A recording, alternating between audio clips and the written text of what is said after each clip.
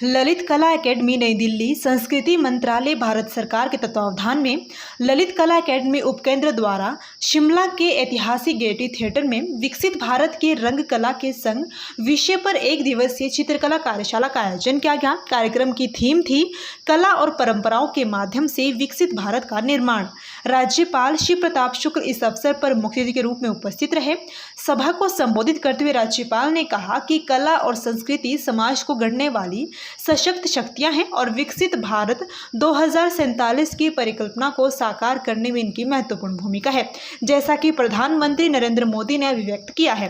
उन्होंने कलाकारों को सांस्कृतिक राजदूत बताते हुए कहा कि उनकी सृजनात्मकता आने वाली पीढ़ियों को प्रेरित करती है और विकसित भारत के सपने को हर नागरिक तक पहुंचाती है। उन्होंने कहा कि प्रधानमंत्री के नेतृत्व में भारत एक सम्मानित वैश्विक नेता के रूप में उभर रहा है। स्वच्छ भारत मिशन, प्रधानमंत्री किसान सम्मान निधि और जनधन योजना जैसी रूपांतरणकारी पहलों का उल्लेख करते हुए उन्होंने कहा कि इन कार्यक्रमों ने राष्ट्र की विकास यात्रा को नई नीति प्रदान की है। उन्होंने कहा कि भारत को साल 2047 तक विकसित राष्ट्र बनाने की परिकल्पना में प्रत्येक भारतीय सहभागी बन रहा है।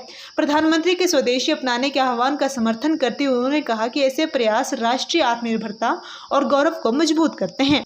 राज्यपाल ने कलाकारों से आह्वान किया कि वे अपनी सृजनात्मकता का उपयोग केवल कलात्मक उत्कृष्टता के लिए ही नहीं बल्कि सद्भाव, देशभक्ति और विकास को भी प्रोत्साहित करने के लिए करें।